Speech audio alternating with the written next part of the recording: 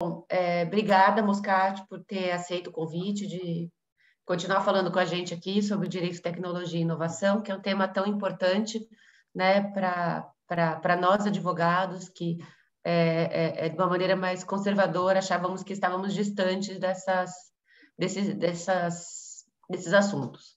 Né? E a gente, na aula 1, falou sobre conceitos básicos, então você deu ali os conceitos dos tijolinhos para a gente conseguir seguir, né? Entendendo um pouco melhor essa relação. E hoje a gente vai falar um pouco da aplicabilidade da tecnologia, aplicabilidade prática aqui no nosso dia a dia. É isso, né? Exatamente, Aline. Então, pode passar o primeiro slide, por favor? Vamos lá. Então, vamos lá.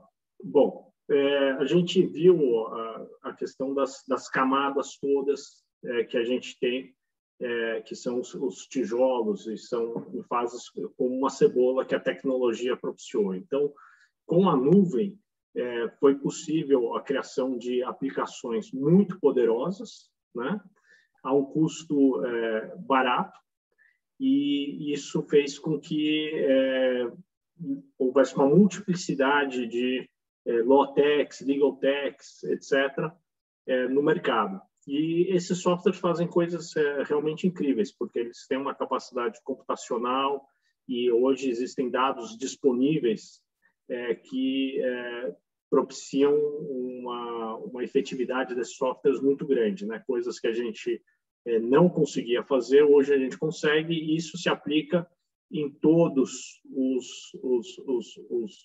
as atividades humanas, né? O direito, ele está sendo uma das últimas a serem afetadas, né? Então, a gente está no momento que isso já começou, e a gente vai ver impactos práticos sobre isso. Então, o que eu fiz, preparei aqui para a aula de hoje, né? Como metodologia, eu peguei o quadro da AB2L, né? E que ele não é exaustivo, ele pega só as empresas que fazem parte da B2L, que é uma fração do mercado. Então, todas as grandes empresas não estão lá, empresas que optaram por não entrar na B2L por qualquer motivo, não está lá. Então, eu diria que isso aqui deve ser 1/3 do mercado. Mas esse tipo de radar, esse tipo de demonstração das empresas que trabalham no setor, ele é comum em vários países. Então, eu vou usar essa metodologia aqui, que a B2L usa, para passar um pouco no mercado do que esses softwares fazem. E aí a gente vai entender um pouco por que isso está afetando a forma como o direito é lidado, né, e como os serviços de direito são providenciados. Então, seguindo a metodologia da B2L... Desculpa, uma pergunta. Por que poderiam as empresas que decidiram não entrar nessa metodologia ter ficado fora? Simplesmente é uma questão da operação da B2L. Você, para ser sócio, você paga R$200 e entra lá e eles te põem nesse radar. E eu acho que tem empresas que não viram grande valor em entrar lá, ou tem disputas, ou não concordam com a administração da B2L, que é uma organização, né? No caso, a minha empresa, a gente optou por entrar lá, mas outras optaram por não. Não quer dizer, não há um demérito nenhum, nem mérito nenhum tá nessa lista. Ok? É uma questão comercial opcional. Então, seguindo a metodologia deles, eu vou começar primeiro aqui com o quadrante verde, né? Que põe aqui conteúdo, educação e consultoria. Então, o que essas empresas elas fazem, né? E é importante que o fato dela estar num quadrante quer dizer que ela predominantemente se auto-identifica como naquele quadrante, né? Eu passei por esse processo e é uma discussão que você tem com a B2L e eles te põem no quadrante. Às vezes você até nem concorda tanto, mas se eles se identificam como uma função preponderante lá. Então, eles trabalham com conteúdo, educação e consultoria. Então, acho que uma das mais famosas aqui tem a Jota, né? Que eles dão espaço para discussões jurídicas, para debates sobre conceitos teóricos e associam serviços a isso, né? A Future Law, ela tem instalações e ela fomenta palestras, cursos, treinamentos, né? Então, eles se classificam como conteúdo, eles fomentam conteúdo jurídico, eles dão treinamento e aulas, né? E dão consultoria em geral sobre tecnologia e direito. O outro quadrante mais escuro, o verde mais escuro, é de compliance. Ele trata, obviamente, da parte de compliance. Eu vou pôr destaque aqui na LGPD Now, que são softwares de LGPD, né? Então, eu tenho bastante contato com essa empresa, então posso descrever que, assim, por exemplo, uma das tecnologias dele, lembra que eu falei que tem camadas, né? Que a gente estudou na aula anterior, eles usam no produto dele, no principal produto dele, no mais robusto, eles usam software as a service, né? Então eles estão inseridos numa nuvem, e a tecnologia de software base que eles construíram é o ServiceNow. O que isso quer dizer? Quer dizer que quando você compra o software, o serviço software as a service da LGPD Now, você está usando a tecnologia de base de ServiceNow, que é bastante robusta, que eles customizaram para atender pedidos de monitoramento da LGPD. É bastante bom o software e, inclusive, a gente fomentou uma integração desse software deles com outro software que, por acaso, não está aqui, que é o Permits, que tem uma solução de consentimento e que propicia o próprio dono dos dados, né, a pessoa física, de dar as permissões, de alterar seus próprios dados, etc. Então, mostra um pouco a função da minha própria empresa de integrar e como essas soluções são construídas, né? Aí, ao lado em preto, tem Real Estate Tech, eles trabalham com a parte de imóveis, né? Tem a parte de RegTech, que eles procuram agregar e prover esse serviço de regulação. E aí eu também vou extrapolar um pouco como isso afeta os escritórios, né? Porque antes, para você ter acesso a uma legislação global, como um país trata o uso da cannabis, né? Você tinha que contratar um escritório grande, um Baker McKenzie, etc., pagar o FII de cada escritório, né? Então, provavelmente não custaria menos que $100 mil por baixo, para obter esse cenário de regulação global. E agora, com essas RegTechs, já que eles democratizam esse serviço, eles fazem uma vez, eles põem aqueles robôs que a gente estudou na última aula, para monitorar diversas leis, pode ser até real time, né?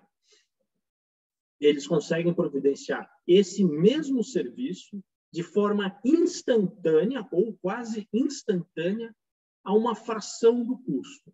Então, a gente já consegue construir a ponte, porque isso é altamente disruptivo. Antes, e quando eu digo antes, eu estou falando de... Ainda tem escritório que está fazendo isso, né?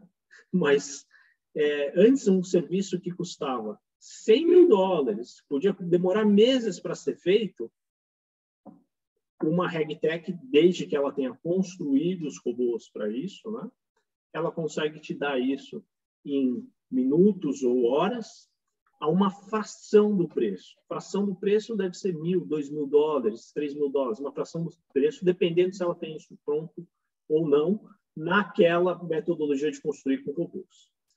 E a Faça Você Mesmo, que ela dá instrumentos para não advogados para fazer contratos, etc., né? Então, você vê como isso está disruptindo o nosso mercado, criando um movimento que, da forma como que era feito antes, não vai ser mais possível ou economicamente viável de ser feito no futuro. E não é uma ameaça, não é uma coisa apocalíptica, simplesmente o que é o que está acontecendo, e cabe a nós, né, advogados, a gente se adaptar, construir essas pontes para passar. Então, no caso da Aline, ela faz as mentorias e cria ambientes que profissionais como eu que fazem essa ponte de tecnologia e direito, que a gente consegue explicar o que está acontecendo e fazer essas conexões e ajudar os advogados e as empresas a construírem isso. E a parte de analytics e jurimetria, que eles pegam muitas vezes dados públicos, né? Então decisões de tribunais, etc., ou às vezes dados até da própria empresa. Então, quanto tempo o jurídico demora para processar um contrato? Qual é o custo deste contrato? Porque uma vez que você mede isso, você consegue ver e entender qual o investimento que você tem que fazer e qual é o custo-benefício, o ROI, o Return on Investment daquela tecnologia. Então, vou dar um exemplo de analytics com dados públicos que é fantástico. Então, por exemplo, se você tem uma ação importante e que você quer saber quais suas chances de ganhar, geralmente, antigamente, os escritórios falavam é provável, improvável, é certo, e fazer aquele 50-50 com base nas decisões de vários tribunais. Hoje, com o Analytics, você consegue ver qual a tese que aquele juiz específico aceita ou não aceita, porque você faz uma análise de todas as decisões prévias que aquele juiz fez sobre aquele assunto, e você consegue até analisar as petições que tiveram sucesso e quais foram as frases que o juiz utilizou, então quais são as teorias que ele aceita, quais os preconceitos que ele tem, né, os conceitos que estão na cabeça dele. Então, você consegue escrever uma petição endereçando aqueles pontos que você tem eco na forma como aquele juiz pensa, e você consegue dar ao seu cliente as probabilidades de êxito. Mas, então, veja bem, você consegue ver como ele pensa e você consegue escrever de acordo com o que ele pensa para você aumentar suas chances de sucesso. E o custo dessa análise, existe um custo, pode ser na casa aí de alguns milhares, dezenas de reais, né? 1.000, 2.000, 3.000, 5.000 reais. Mas veja bem, se você tem uma causa de 50 milhões, antes um escritório que te dava aquele range, hoje é uma coisa que não é mais aceitável. Se o escritório te dá aquele range, você está brincando, eu quero saber como aquele juiz decide, eu quero saber quais frases eu tenho que pôr na minha petição. Então, você vê o poder disso. Novamente, uma disrupção incrível de como se faz o direito. Eu diria que a maior parte dos escritórios ainda está no modelo antigo, mas você vê que o modelo novo vai avançar muito rapidamente, porque ele é muito mais poderoso, muito mais assertivo. Não obstante, os juízes também já estão bastante melindrados com esse tipo de coisa. Então, eu não sei qual vai ser a reação do tribunal. Eu já tive discussões com desembargadores e que eles foram bastante claros como eles estavam preocupados com esse tipo de análise nas próprias decisões, e eles também estavam querendo soluções com poder computacional para ajudar eles nas decisões e para um pouco contrabalançar essa desigualdade. E isso vai acontecer porque também está, pelas razões que ele explicou antes da tecnologia, está sendo mais distribuído democraticamente, né? E a parte de jurimetria de um jurídico, um ponto interessante é que numa das empresas que eu trabalhei, eu vejo aqui na audiência o Caio Haddad, fabuloso advogado que trabalhou nesse projeto também, né? Que entende muito desse assunto. Eu vejo que a gente trabalhou num projeto de automação de contratos, em que a gente conseguiu medir o tempo que os advogados levavam para resolver um problema, isso em conjunção com compras, e a gente conseguiu baixar um tempo médio de 3 semanas para se fechar um contrato, ou mais importante, para se adquirir um bem, para 45 minutos, né? Isso desde que as partes estejam realmente prontas para fazer o processo. E baixamos o custo médio de operação, na época, dólar de 2017, hoje eu não sei quanto seria em reais, mas de 100 e poucos dólares para 13 ou 14 dólares. Então, uma quebra de custo de 90%, com tecnologia e com analytics para a gente entender onde estava isso, né? E aí você tem que criar toda uma cultura nos advogados para eles entenderem os dados. Não adianta, de novo aquele ponto, não adianta você pôr o software e a jurimetria se quem está operando não sabe como reagir ao dado, não sabe como ler ao dado, não tem uma metodologia de semanalmente olhar o dado, né? Então, tecnologia é fantástica, mas sozinha ela não faz nada. Aline, vamos para a segunda camada? Baixa só mais um pouquinho. Muito bem. Seguindo a metodologia da B2L, a gente vai fazer 3 camadas eu dividi em 3 o radar, né? Então, monitoramento e extração de dados públicos, você vê que os dados, que aqueles robôs que a gente estudou na última aula, que eles pegam e condensam e são usados no Analytics e na jurimetria, tem as empresas que elas fazem essa gestão de dados, né? Então, elas vão lá, tem robôs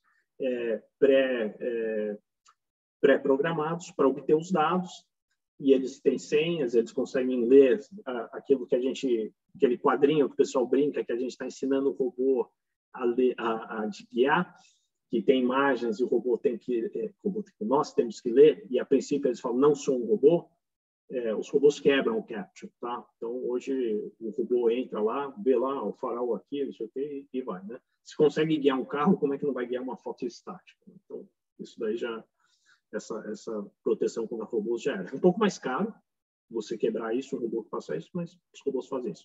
Então, conseguem pegar toda uma série de dados e a gente pode programar robôs também. Então, a metodologia da empresa que eu trabalho é que, se existe uma base de dados que é muito grande, que tem algumas centenas de robôs e alguém já fez isso, mais fácil você pegar isso. Se não, a gente pode programar qualquer robô para fazer qualquer coisa, desde que não seja aquela tecnologia que eles mandam um sinal para o seu telefone. Aí fica mais difícil porque o robô não tem acesso ao seu telefone, né? Mas se é só no computador, o robô consegue. Resolução de conflitos online, excelente. O que eles fazem? Eles têm, por exemplo, um grande site, vamos pegar só como exemplo, o mercado eletrônico desse, que tem disputas, assim, recebeu a mercadoria, não recebeu, tal. Eles têm softwares que conduzem a um fórum para discutir e para resolver aquele conflito lá entre as partes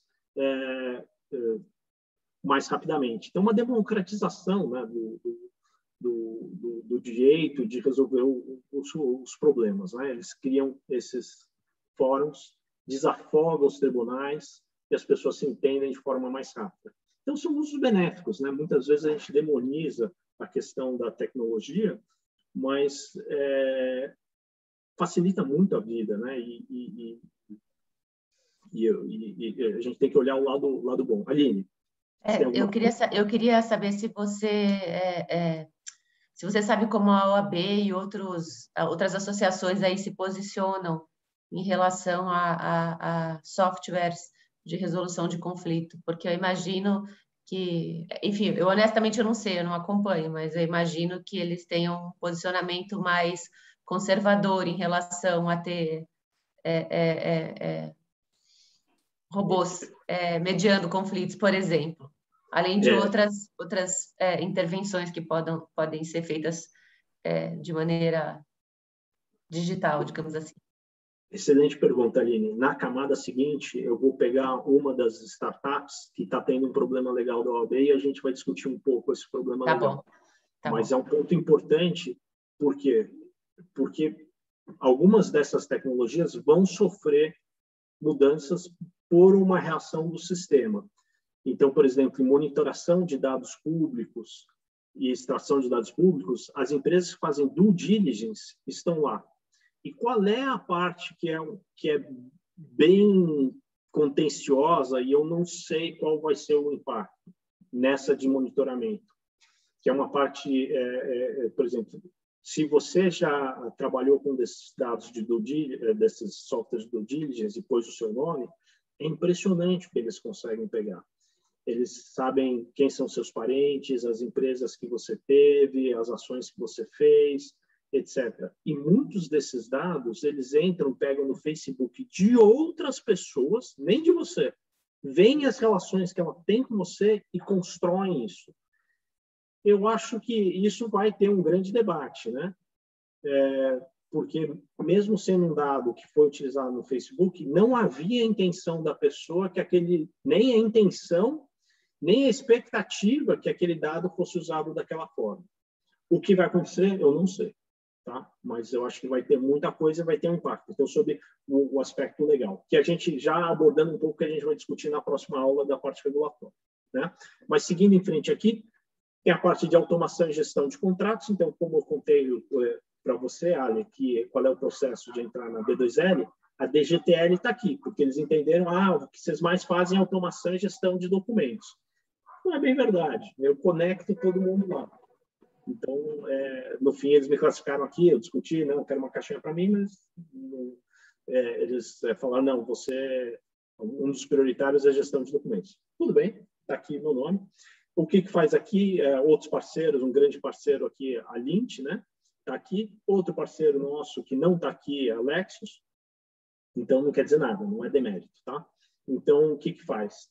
Eles fazem a gerência de um contrato, então eles identificam validade, quando está para vencer, e eles também fazem, estou simplificando, obviamente, né? Eles também fazem a construção do contrato, com base em perguntas e respostas, eles conseguem construir um contrato, alguns já vêm com repositório de contratos, né? Acho que a Liz já vem com, que não está aqui também, a Liz tem um repositório de contratos que é curado por grandes escritórios, então alinhe um pouco esse seu ponto, porque, então é um software, mas tem um escritório por trás, então existe a responsabilidade de um grande escritório sobre aquele conteúdo jurídico, então eu acho que é uma solução elegante, e aí o escritório ganha pelo uso daquele template, então veja bem a disrupção, né? Você tem um grande escritório providenciando conteúdo para uma plataforma de fazer contratos e ele cobra centavos sobre a utilização daquele contrato. Antes a gente pagava um escritório R$10.000 para fazer um contrato e hoje você consegue ter esse mesmo contrato por centavos. E o escritório ganha porque ele ganha em volume. Muda completamente o modelo de negócio do escritório e também põe esses pontos para a OAB de como é que eles vão lidar com isso, né? Então, automação e gestão de documentos, eles fazem até da parte da produção, da gerência do contrato, e agora que a gente está começando, e eu estou explorando bastante isso, é a parte de leitura do contrato e análise. Então, o contrato pode ser lido tanto sob a forma digital, então o software pega um Word e consegue ler e tentar interpretar aquele contrato. Eu não tenho uma posição muito firme sobre isso, me preocupa muito, porque uma posição de vírgula pode mudar completamente, existem riscos setoriais, então acho que nesse momento eu tenho olhado isso com muita cautela, e eles também conseguem ler o OCR, eles conseguem ler o contrato escrito e assinado, então contratos antigos, você consegue ler e achar as cláusulas, etc. Mas eu faço sempre essa cautela aí de que existe um risco grande, então tem que entender bem o que a gente está fazendo aqui. Muito útil em due diligence, etc., com a leitura de vários contratos, que também tinha um risco. Então, acho importante entender que a barra muda tanto na questão do risco como na questão de volumes. Então, no começo da minha carreira, eu trabalhei com due diligence, e como é que eu fazia análise de uma grande concessionária de energia? Eu pegava uma pilha de 1 milhão de contratos, fazia alguns samples, pegava 10%, eu pegava os maiores contratos, depois fazia um sample de 10%, e era assim que era feita a análise. Tem um erro? Tem um erro de 90%, tá? Mas, então, certamente, hoje é melhor. Então, isso tem que se analisar, né? Aline, vamos para a próxima coluna aí de startups. Então, tem aqui a gestão de escritórios e departamentos jurídicos. Então, ele paga toda aquela parte também de jurimetria, né, de vezes eficiências, etc. mas também vê a questão do faturamento do escritório, confecção de propostas, vê as horas dos advogados, e eles vão agregando serviços a isso, né? E a parte de redes profissionais, que, por exemplo, se você precisa de um preposto numa cidade, você consegue pegar sobre essas redes profissionais. Aí existe, Aline, de novo, o problema da OAB, porque se diz que é uma uberização dos serviços dos advogados, então que você não existe aquela relação cliente-advogado de confiança, porque é uma pessoa que você pegou no Uber, você vê as estrelinhas. Então, existe muito debate sobre essa questão de rede de profissionais, né? E Tech Stack, que foca na parte do público de texto. Deixei para o José, pergunta. Desculpa te interromper. Respeito às redes de profissionais, o cliente, na hora de assinar ou aceitar, contratar o serviço do profissional, imagino que o profissional que vai interactuar com essas redes deve fazer tipo uma cláusula avisando para o cliente que ele vai interatuar com elas, ou não? Isso acontece no Brasil?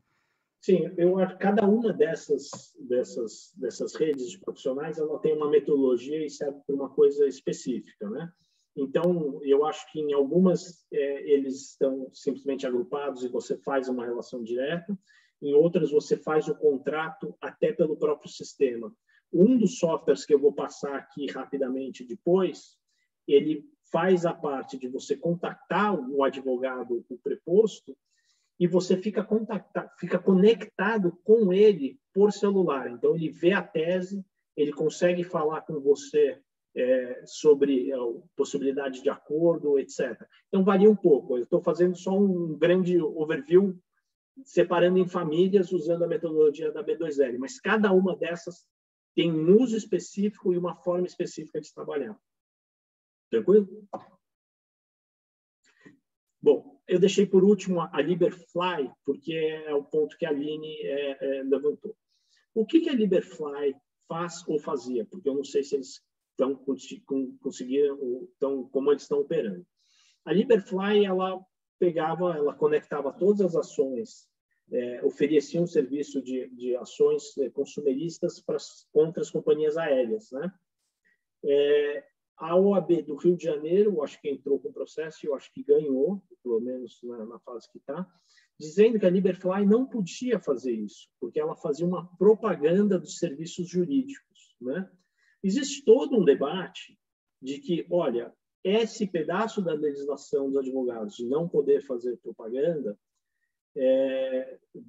de forma ativa de capturar clientes não deveria ser alterado, mas no momento não foi alterado. Por outro lado, existe o pessoal que defende que o que a Liberfly está fazendo, ela está democratizando o acesso à justiça, né? Então, que muitos consumidores de serviços de transportes aéreos não sabiam que eles teriam um certo tipo de proteção e poderiam processar as companhias aéreas. Então, existe esse ponto, Aline. Então, por exemplo, posso dizer que a OAB do Rio de Janeiro não concorda com a forma de operação da Liberfly. Em outras cidades, eu creio que eles ainda estão operando, mas eu vou dizer que eu tive dificuldade em achar dados da Liberfly. Então, eu não tenho a última notícia, tá? Eu sei que eu tentei entrar aqui, a B2L, ela tem um site que você consegue entrar em contato com a empresa e eles não estão mais listados. Então, eu não sei o que aconteceu, tá? Mas, então, Aline, você pegou um ponto que é contencioso, tá? Eu acho que a OAB, e não só a OAB, mas a BARS, né? As associações de advogados do mundo inteiro vão ter um questionamento sobre isso, tá? Muito bem. Vamos para o seguinte, Aline. Baixa mais um pouquinho. Então, tudo isso eu fui na parte da B2L, que é um pedaço restrito, né? Só olhando o tempo, um pedaço restrito das tecnologias jurídicas. Existe toda uma conjunção. Esse daqui eu peguei algumas soluções que eu vou falar só Ampassan é um parceiro que eu conheço bem, chama BlueTech. Ele tem várias soluções pré-configuradas. A primeira, essa aqui que eu pus aqui, que é o Terios, né? Ele faz a questão de ponto eletrônico, tudo pelo celular. Mas ele é muito mais do que isso, né? Porque ele pega a biometria, ele pode saber quando o funcionário entrou de fato na empresa. Obviamente, aí vai ter toda uma questão do consentimento dele, dar a posição de georreferenciamento dele do celular, né? E vocês vão ver que são variações sobre o mesmo tema, né? Que lembra que a gente falou dos blocos de construção, as coisas que você dá para fazer. E hoje, como todo mundo tem um celular, aqueles filmes de ficção científica que as pessoas são chipadas, etc., a não ser que você esqueça o seu celular em casa, você já está chipado. Você já tem alguém sabendo exatamente aonde você está a cada momento e o que você está fazendo. Então, nós já estamos chipados e conectados à rede e quem já fez essa sacada já tem usado isso. Então, Terios é uma solução que você pode ver fazer funções de RH que tem uma função grande no direito, então vai ter que ver como é que os tribunais vão reagir, como é que os advogados vão fazer isso, quais as empresas vão adotar. No outro, eu peguei, tem um BI para compra de precatórios. Precatórios Alejandro, quando o governo deve dinheiro para o cidadão ou para uma empresa, ele põe, ele fala, ó, devo, não nego, vou pagar em X anos. E existe um comércio disso daí. Então, alguns escritórios veem os precatórios, são dados públicos, chegam e falam, olha, esse cara tem para receber 10 mil reais. Aí ligam para as pessoas e falam, olha, você vai receber 10 mil reais mais ou menos em 10 anos. Te dou 2 mil agora. Quer? Aqui aconteceu mesmo. Olha, então existe um comércio disso.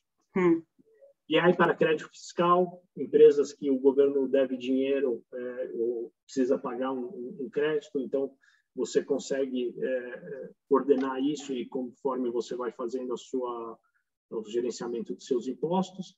Mais para trás lá, que acho que não dá para ver que está pequenininho, tem a questão de contratar freelancers para agências de publicidade, tem a questão de contratar profissionais de teatro, de música, e aí você vê se o cara foi, não foi, já faz o contrato pela plataforma. Então, você tem essa convergência de várias atividades comerciais com implicações no direito. E a gente tem que ver como é que isso tudo vai se desenvolver. Aline, mais um?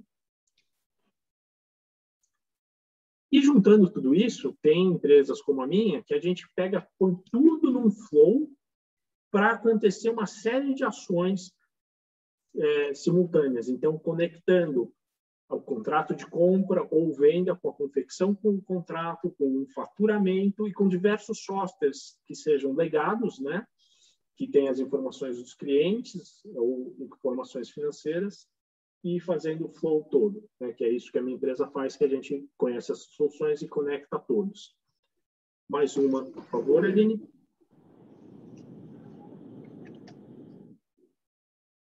Eu acho que é só fazendo aqui a conclusão.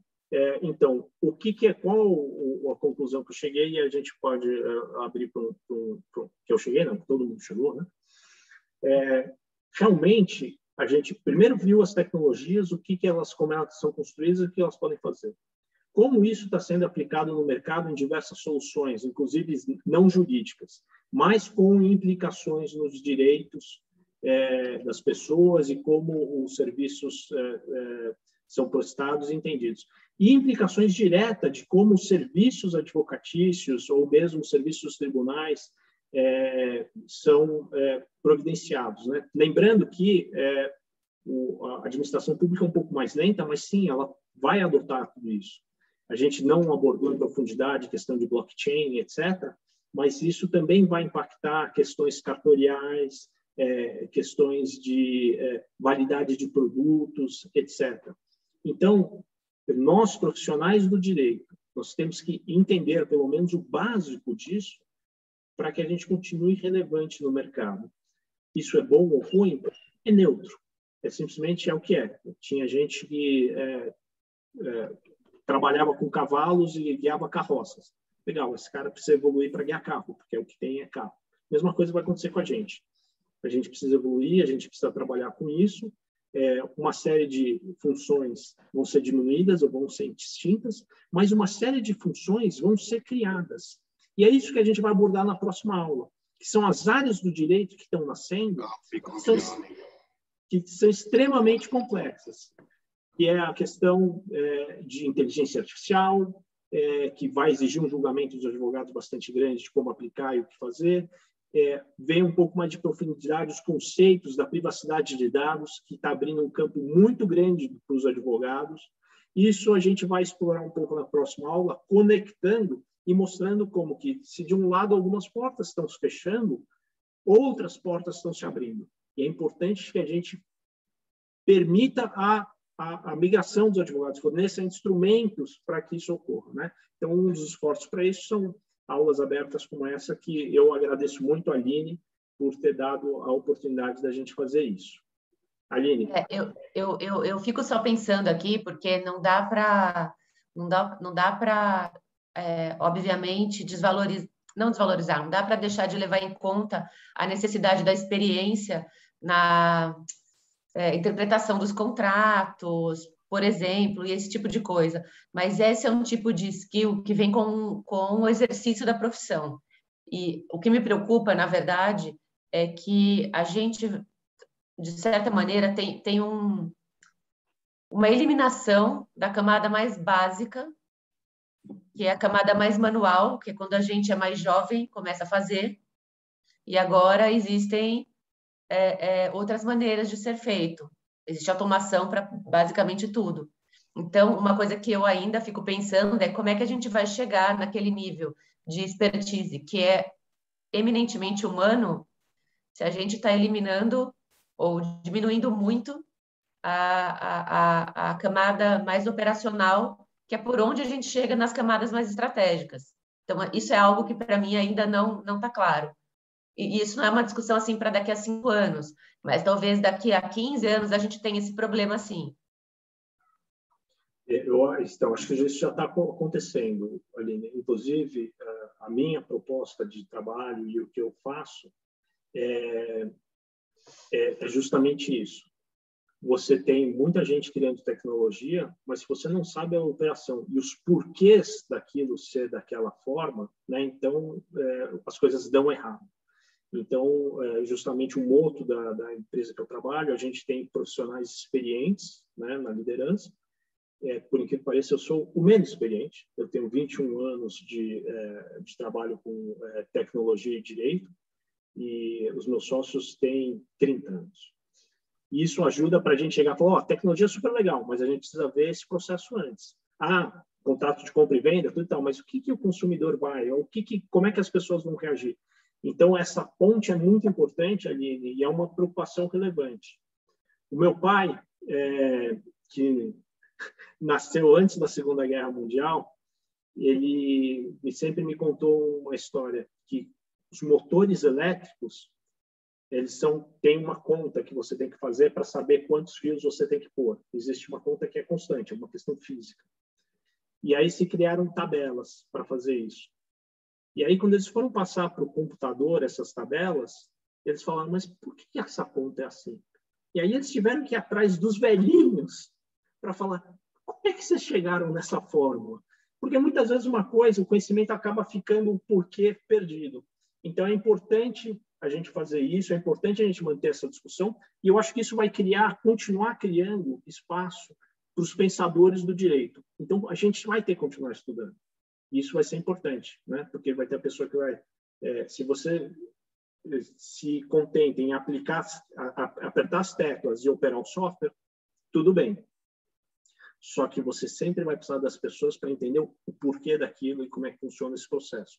E essa ponte aí o futuro dirá, como é que... E além disso, eu acho também que é importante que tenha pessoas que entendam e que se formem na compreensão do direito, porque esse processo também tem que melhorar, tem que mudar. Então, para isso também eu acho que pessoal que pense, que estude, vai ser necessário sempre.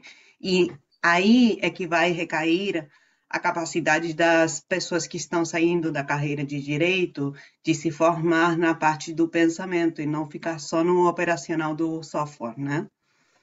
E é isso que a gente vai abordar na próxima aula, Alejandra, que eu gostaria que tivesse bastante debate. Um dos pontos que a gente vai discutir na próxima aula é a questão da liberdade na internet, né? E eu tenho lido a legislação chinesa e que tem um aspecto interessante. E tanto a legislação ocidental como a chinesa estão chegando em pontos comuns. A gente fala muito das restrições, já um teaser para a próxima aula, das restrições e monitoramento da internet na China. Porque, até onde eu li a legislação, eles se preocupam muito com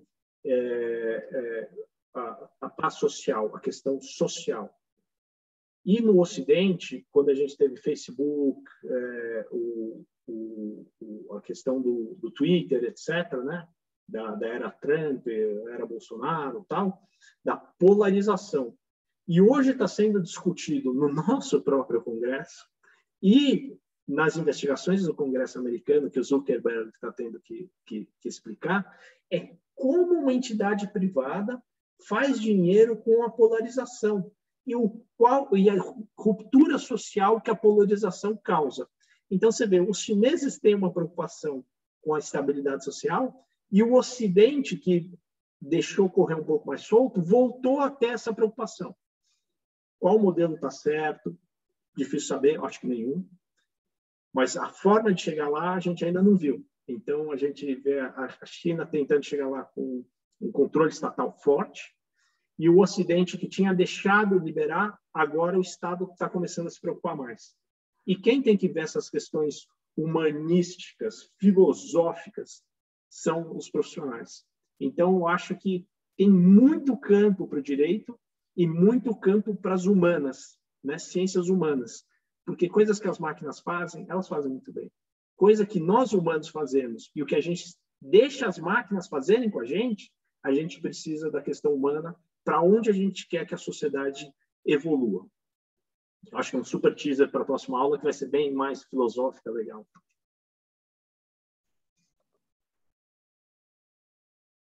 Não, perfeito, está ótimo. Tem mais alguma pergunta? Acho que é isso. Moscati, foi excelente, super obrigada. A gente vai aí para a próxima sexta-feira num debate mais jurídico-filosófico aí sobre o que o futuro nos reserva, né?